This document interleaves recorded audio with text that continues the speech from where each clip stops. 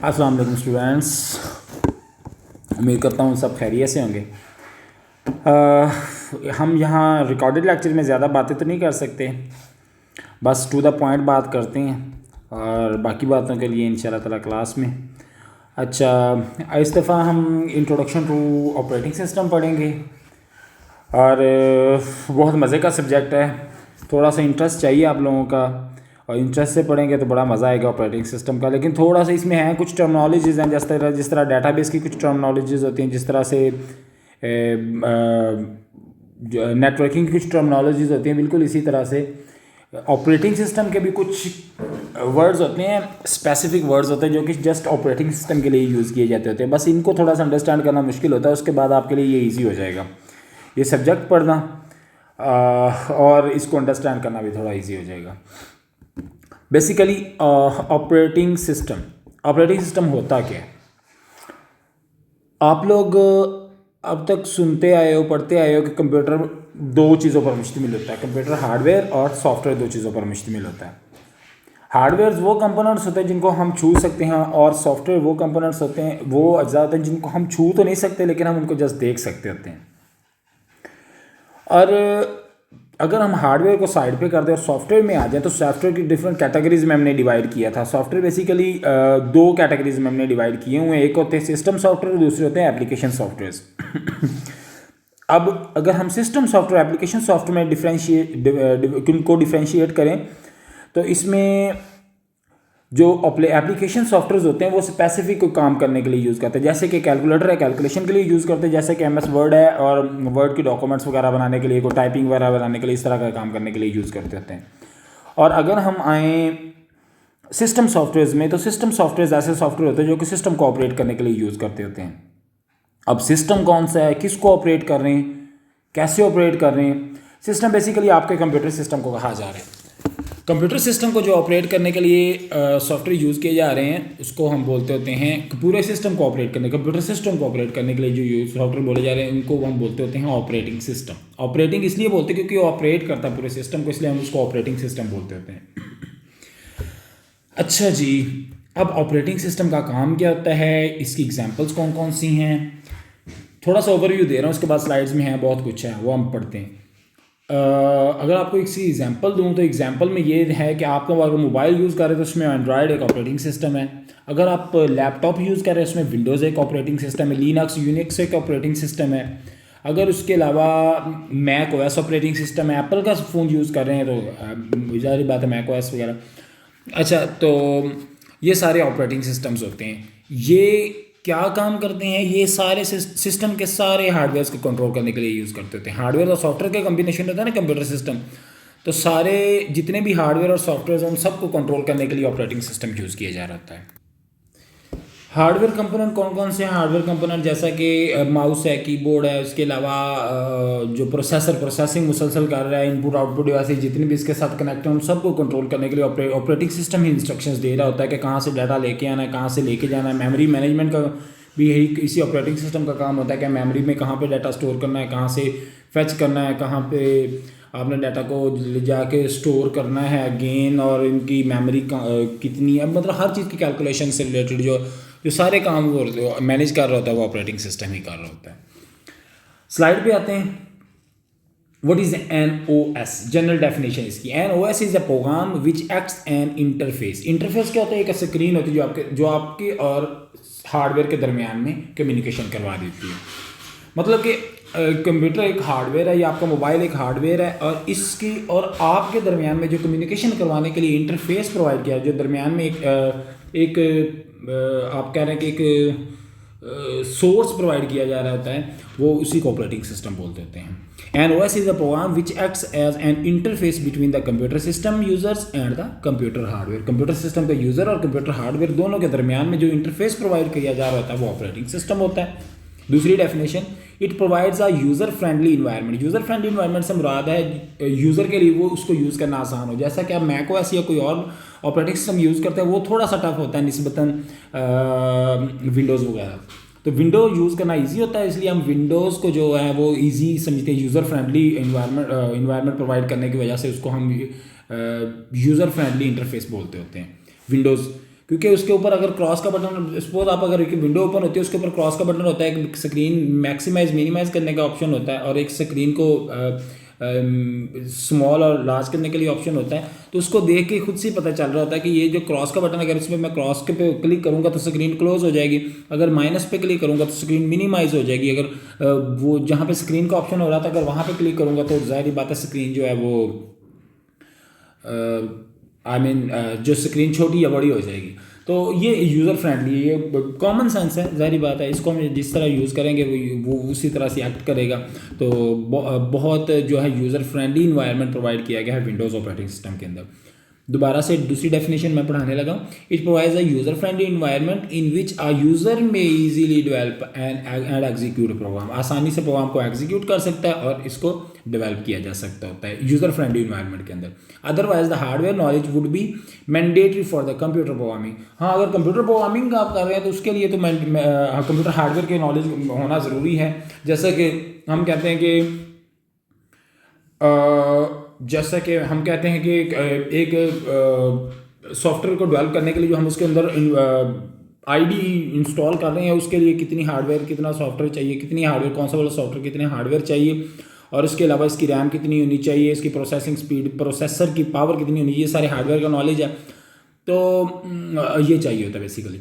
अच्छा चले again so it can be said that the OS hides the complexity of the hardware from the uninterested users से जो है वो OS और हार्डवेयर दोनों के दरमियान में जो नॉलेज, बेसिकली हार्डवेयर के नॉलेज को ज़्यादा इतना कंपलसरी नहीं है जितना सॉफ्टवेयर का नॉलेज ज़रूरी होता है। सॉफ्टवेयर बेसिकली हमने यूज़ करना होता है और इसको कैसे इन्वायरमेंट में यूज़ करना है और किस जगह पे यूज़ किया जा रहा है और इसके साथ हार्डवेयर कौन से अटैच हैं, इनको ऑपरेट किस तरह से करना है, बेसिकली सारा ऑपरेटिंग सिस्टम का ये काम पूरा होता है।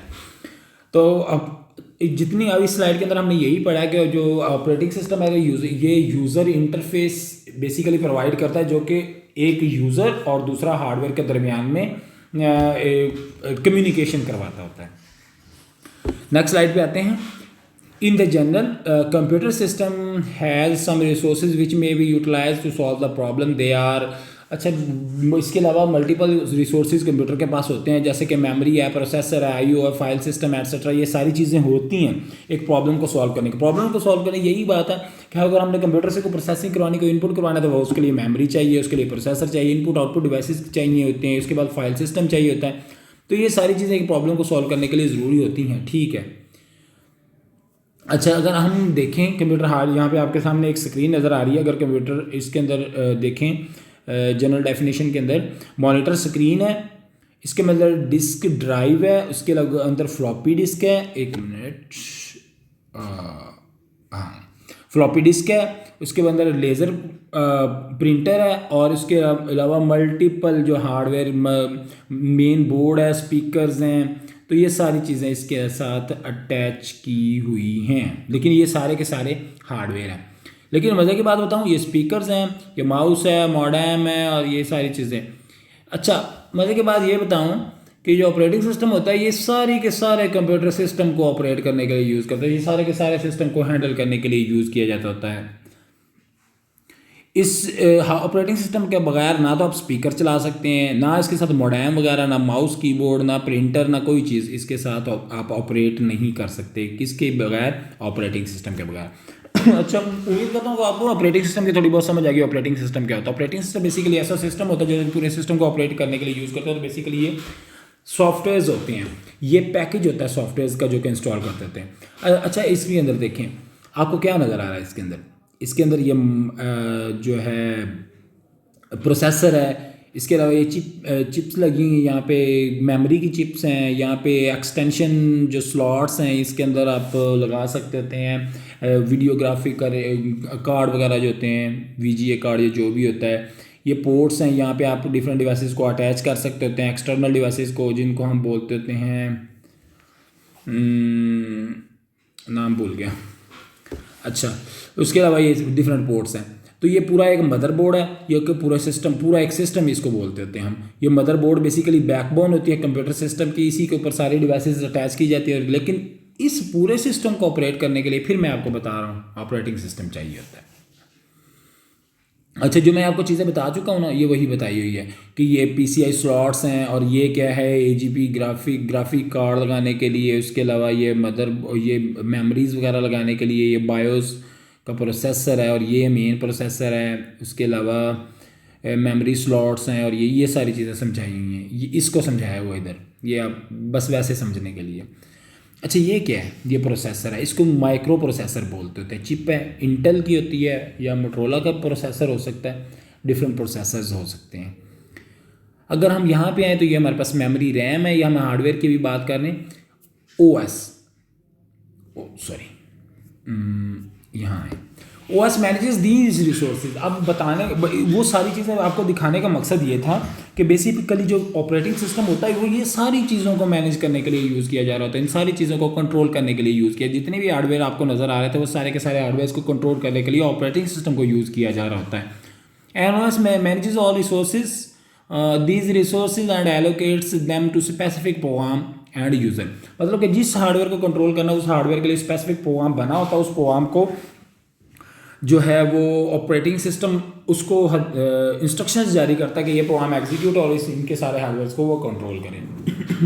विद मेमोरी मैनेजमेंट यहाँ पे with the memory management of the OS की memory management and the programmer is rid of the difficult hardware considerations. मतलब इसमें हार्डवेयर कंसिडरेशन, जो बेसिकली जो हार्डवेयर बनाए जा रहे होते हैं, जारी बात है उनको किसी सॉफ्टवेयर के साथ ऑपरेट किया जा रहा होता है ना, बजाय इसके अंदर के इनके अंदर एक बिल्ट इन सॉफ्टवेयर इंस्टॉल किया जाए, built in hardware her hardware के लिए अलग अलग इंस्टॉल किया जाए, एक पैकेज पूरे सिस्टम के ऊपर इंस्टॉल कर दिया जाता है, वो इन सारे हार्डवेयर को कंट्रोल कर रहा होता है। एंड OS प्रोवाइड्स कौन सी सर्विसेज प्रोवाइड कर रहा होता है? प्रोसेसर मैनेजमेंट, यानी कि प्रोसेसर बेसिकली तो कंप्यूटर का काम प्रोसेसिंग करना ही होता है ना। प्रोसेसर मैनेजमेंट हो रहे तो मेमोरी मैनेजमेंट हो रहे तो फाइल मैनेजमेंट हो रहे तो डिवाइस मैनेजमेंट और कंकरेंसी कंट्रोल।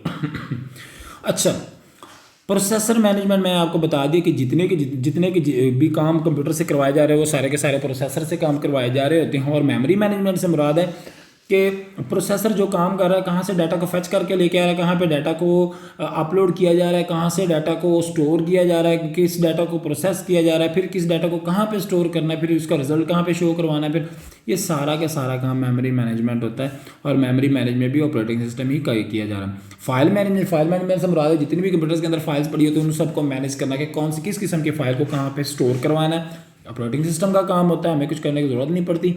और फाइल मैनेजमेंट, डिवाइस मैनेजमेंट से मुराद है जितनी भी कंप्यूटर के साथ डिवाइसेस लगी उन सबको मैनेज कर रहा होता है, उनके सबके ऑपरेशनल रखने के लिए जो है वो ऑपरेटिंग सिस्टम वो इंस्ट्रक्शंस जारी कर रहा होता है।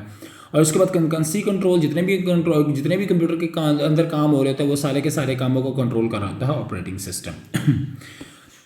And other aspect for the user OS is that it is used as the predefined library for the hardware software interaction। अगर है कि हार्डवेयर सॉफ्टवेयर के इंट्रैक्शन के लिए एक प्री डिफाइंड लाइब्रेरीज होती हैं, मतलब प्री डिफाइंड सॉफ्टवेयर होते हैं जो ऑलरेडी इंस्टॉल्ड होते हैं इनके अंदर, और हार्डवेयर वो इन सारे हार्डवेयर को कंट्रोल कर रहे होते हैं। This is why the system program apply to the installed OS since they cannot reach hardware directly। फिर वो ये होता है कि सिस्टम बजाय हार्डवेयर पर डायरेक्टली वो वहाँ तक एक्सेस करें, जो कंप्यूटर ऑपरेटिंग सिस्टम जो कंप्यूटर प्रोसेसर होता है वो इंस्ट्रक्शंस जारी कर रहा होता है कंप्यूटर के हार्डवेयर तक रसाई के लिए। कंप्यूटर के हार्डवेयर को जब यूज़ करना होगा तब उनको इंस्ट्रक्शंस जारी की जाती है और वहाँ तक वो उन हार्डवेयर को वो ऑपरेट करना शुरू कर देता होता है। दोबारा से थोड़ा सा कॉम्प्लेक्स होता जा रहा है इसलिए मैं आपको थोड़ा सा दोबारा से रिव्यू करवा देता हूँ। Operating system is a system software that operates the whole system. अच्छा, इसके अंदर काम क्या क्या कर रहा होता है ऑपरेटिंग सिस्टम मेमोरी मैनेजमेंट को कर रहा होता है। उसके अलावा ये पिछली स्लाइड वाला, ये वाला मेमोरी मैनेजमेंट कर रहा होता है, प्रोसेसर को मैनेज कर रहा होता है, फाइलों को मैनेज कर रहा होता है, डिवाइस को कंट्रोल कर रहा होता है, कंकरेंसी कंट्रोल कर रहा होता है, ये सारे कामों को काम कर रहा होता है ऑपरेटिंग। और इसके अलावा मल्टीपल टास्क होते हैं जो ऑपरेटिंग सिस्टम कर रहा होता है। अच्छा, एक एग्जांपल हमारे पास आ गई, अब उस एग्जांपल को हम फॉलो करते हैं। अच्छा, हमारे पास यहाँ पे ना एक एग्जांपल आ गई जिसके अंदर since we have an already written the library namely the OS, जिसका ओएस का नाम दिया गया। अच्छा, वो क्या कह रहा है कि to add two numbers simply write the following lines to our program. हमारे प्रोग्राम की सिंपल दो ये लाइन है, C is equal to A plus B. Simple program लिखा हुआ है इसका। अब कंप्यूटर क्या करे, अब ऑपरेटिंग सिस्टम सिर फाड़ देना, ओ हो ये क्या हो गया, अब क्या करें।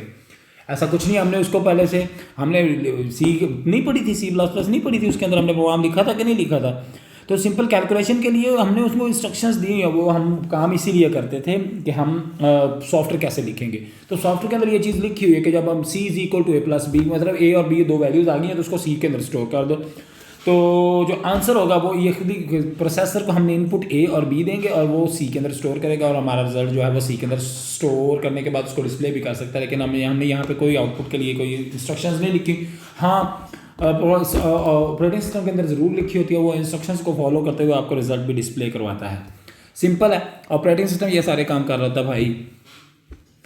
जनरल डेफिनेशन, मजीद in system where there is no OS install, अगर कोई OS इंस्टॉल नहीं, we should consider some hardware work as the assuming and Mac 6800 computer hardware. मतलब कंप्यूटर हार्डवेयर के अंदर, पुराने कंप्यूटर हार्डवेयर के अंदर ये होता था कि उनके अंदर ऑलरेडी जो ऑपरेटिंग सिस्टम के बजाय ना वो खुद से उनका अपना ऑपरेटिंग सिस्टम होता था। हर हार्डवेयर का अपना ऑपरेटिंग सिस्टम होता है, उसके हार्डवेयर के ज़रिए से वो उसी हार्डवेयर को कंट्रोल करता है, उसका अपना ऑपरेटिंग सिस्टम कंट्रोल के ज़रिए से उसको कंट्रोल किया जा रहा होता है, वो उसको ऑपरेट किया जा रहा होता है।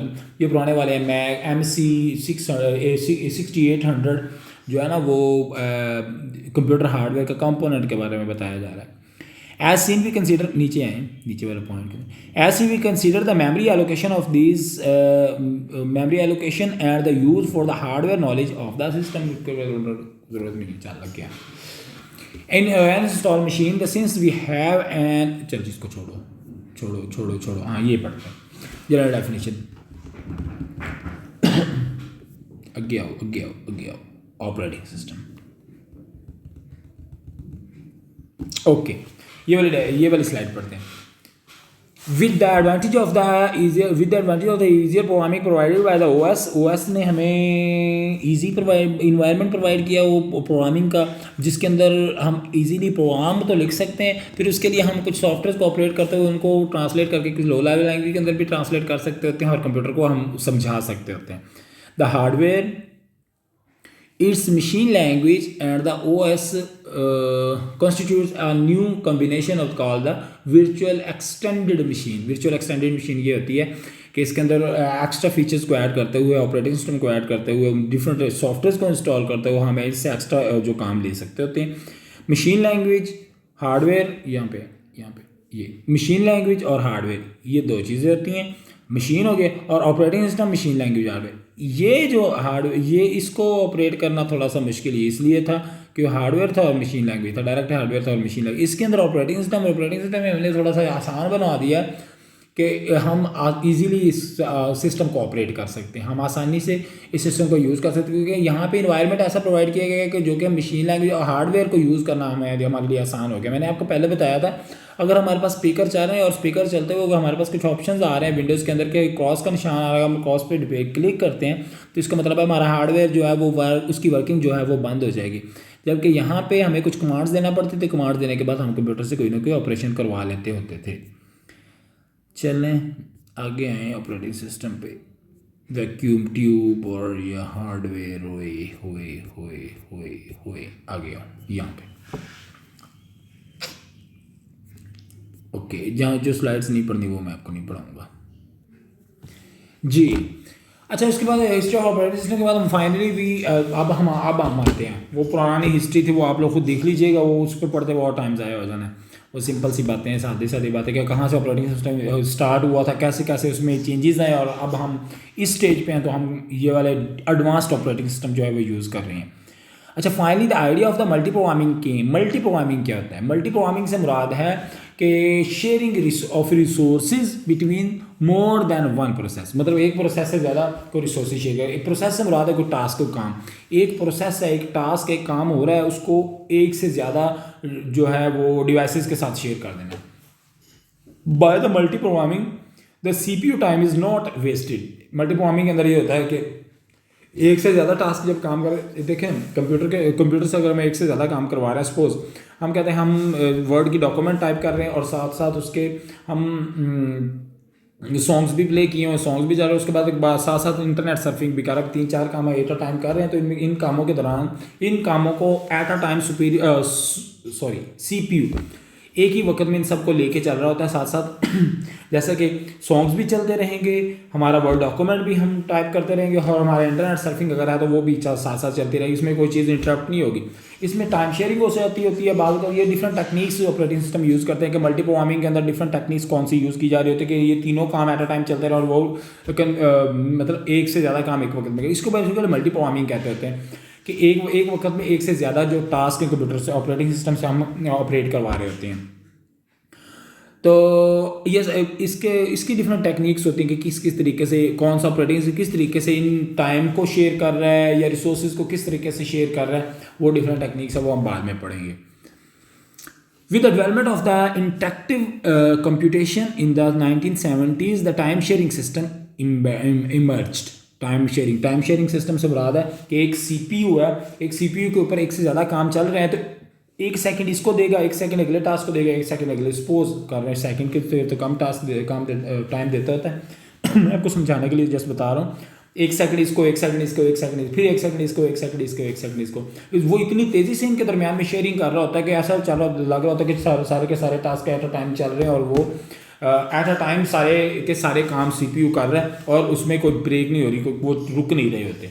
बाज़ का पहले सिस्टम हमें ऐसा होता था कि हमारा प्रोसेसर वीक होने की वजह से उसमें मल्टी प्रोग्रामिंग तो होती थी, लेकिन हम इतने ज़्यादा टास्क के अंदर वो ओपन कर देते थे कि वो ना टास्क के दरमियान में टाइम शेयरिंग जब कर रहा होता तो वो स्लो हो जाता था। स्लो होने की वजह से वो ज़्यादा टास्क एट अ टाइम चल रहे हैं तो एक वो अड़ के चलना शुरू हो जाता था। जैसे कि हमारा सॉन्ग बैकएंड पे चल रहा था, सॉन्ग अड़ना शुरू हो जाता था, वो लता मंगेशकर की आवाज़ कोई और आवाज़ बन जाती थी। चलिए बहरहाल नेक्स्ट स्लाइड पे आते हैं। अच्छा जी, यहाँ पे देखिएगा, the main computer having a CPU executing program by the utilizing of the OS, for example Unix एक ऐसा ऑपरेटिंग सिस्टम है जो कि मल्टी यूजर ऑपरेटिंग सिस्टम है और ये उसके ऊपर इंस्टॉल होता है, सर्वर्स के ऊपर इंस्टॉल होता है और उसी ऑपरेटिंग सिस्टम के लैब के अंदर इसको ये भी यूज़ कर रहा है, ये भी यूज़ कर रहा है, ये भी यूज़ कर रहा है। Okay, terminals are connected to the main computer and the use back slide पे terminals are the connected to the main computer and the use for the input and the output. Input और output के लिए इनको use किया जा रहा है। No processing is made, कोई प्रोसेसिंग ये वाले नहीं कर रहे, ये तो जस्ट रिक्वेस्ट सेंड कर रहे हैं, प्रोसेसिंग वो कर रहा है, वो जो मेन कंप्यूटर प्रोसेस है। And they do not have the CPUs, और इनके पास CPUs नहीं है, तो फिर इनके पास क्या है, इनके पास सिस्टम है लेकिन ये रिक्वेस्ट कर रहे हैं, रिक्वेस्ट मुसलसल एक ही कंप्यूटर के ऊपर कर रहे हैं। ऑपरेटिंग सिस्टम इसको पता है मल्टी यूज़र ऑपरेटिंग सिस्टम बोलते हैं। Another computer system in the multi processor system having the multi processor sharing the memory and the peripheral devices. हाँ, तब मुझे डिवाइसेस का नाम नहीं आ रहा था, वो पैराफेरल डिवाइसेस होती है जो एक्स्ट्रा डिवाइसेस को कनेक्ट करवाने के लिए जो स्लॉट्स लगी होती है सिस्टम के अंदर, वो। अच्छा, another computer system is the multi processor system having the multi processor sharing the memory and the peripheral devices, और मेमोरी आपस में शेयर की जा रही है। तो मैंने पूरे 30 मिनट का लेक्चर रिकॉर्ड करना है, 23 मिनट और 41 सेकेंड हो गए।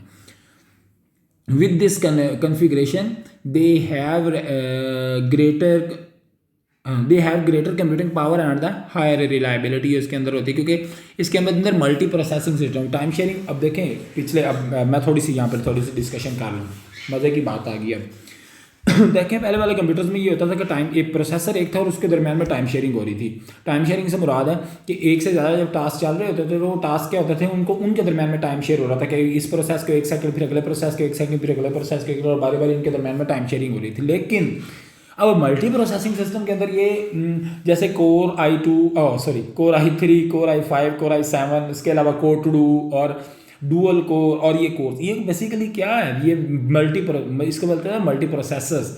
मल्टी प्रोसेसर से मुराद है एक से ज़्यादा प्रोसेसर सिस्टम के अंदर होते हैं, और जब उनके एक से ज़्यादा टास्क दिए जाते हैं तो वो ज़्यादा तेज़ी के साथ ज़्यादा टास्क को प्रोसेस करते हैं। जैसे कि एक प्रोसेसर के पास अगर एक टास्क है तो दूसरा टास्क दूसरे प्रोसेसर के, तो तीसरा टास्क तीसरे प्रोसेसर को दे दिया जाएगा। और इस तरह से इसकी प्रोसेसिंग पावर इंक्रीज़ हो जाती है और एक से ज़्यादा और ये तेज़ी से प्रोसेस करते हैं और हमारा जो आउटपुट रिजल्ट वो ज़्यादा फास्टली हम जनरेट कर लेते हैं। यहाँ पे दोबारा पढ़ते हैं। Multi processor system are classified into the two way, tightly coupled and loosely coupled. अच्छा, डिस्ट्रीब्यूटेड इनको बोलते हैं। टाइटली कपल्ड क्या होता है, लूजली कपल्ड क्या होता है? In the tightly coupled one the each processor is assigned a specific duty to put processor work in a close association, possibly sharing and the same memory. वो कह रहा है कि टाइटली कपल जो होता है उसको एक स्पेसिफिक काम दे, एक स्पेसिफिक टास्क दे, उस स्पेसिफिक टास्क को वो परफॉर्म कर रहा है। जब लूजली कपल के अंदर क्या होता है, in the loosely couple one the each processor has its own memory and the copy of OS। अच्छा, इनका अपना OS भी होता है, इसके अपनी मेमोरी भी होती है। इसके पास मेमोरी, टाइटली कपल्ड के पास मेमोरी नहीं होती, अपनी मेमोरी नहीं होती, लेकिन इसके पास अपनी मेमोरी भी होती है और इसका अपना प्रोसेसर्स भी होता है और ये ज़्यादा फास्टली जो है प्रोसेस कर देता होता है। Use of the network required the OS appropriate for them and the okay, ठीक है। In the network system each process run it's on machine. Her network के ऊपर अपना ऑपरेटिंग सिस्टम होता है जो कि अपनी मशीन के ऊपर एग्जीक्यूट कर रहा, रन कर रहा होता है, मशीन के ऊपर रन कर रहा होता है। और उसके ऊपर यहाँ पे by this way the file sharing, messaging etcetera become possible. Okay, ठीक है। उसके बाद in the network user are aware of the facts that he और शी, ये क्या लिखा हुआ है, एस, अच्छा, ही एक्सचेंज द किधर गया, working in the network and the when the information is exchanged the user, अच्छा चलो ठीक है, ओके ओके। डिस्ट्रीब्यूटेड सिस्टम, चलिए यहाँ से मैं ना आपको फिर कल पढ़ाता हूँ, ज़्यादा लंबा लेक्चर हो रहा है। हाँ, डिस्ट्रीब्यूटेड सिस्टम और डिस्ट्रीब्यूटेड से ही पढ़ाऊँगा। ओके, ठीक है। वैसे मेरी स्लाइड्स ख़त्म हो गई हैं। चलिए, डिस्ट्रीब्यूटेड सिस्टम अब मैं कल पढ़ाऊँगा। डिस्ट्रीब्यूटेड की आपको एग्जांपल्स कुछ दूंगा और मेमोरी, तो फिर इसको हम साथ साथ डिस्कस तो करते ही रहेंगे कि ऑपरेटिंग सिस्टम बेसिकली होता है क्या, ऑपरेटिंग सिस्टम का कहाँ कहाँ यूज़ किया जा रहा है, वो तो देखते ही रहेंगे। लेकिन आज के लिए इतना ही, और आज के लिए कोई असाइनमेंट नहीं है, जस्ट आपने इसका इंट्रोडक्शन देखना है ऑपरेटिंग सिस्टम का, ऑपरेटिंग सिस्टम की डिफरेंट एग्जांपल्स देखनी है, कौन कौन सी एग्जांपल्स है ऑपरेटिंग सिस्टम की। ओके, चल हाफिज़।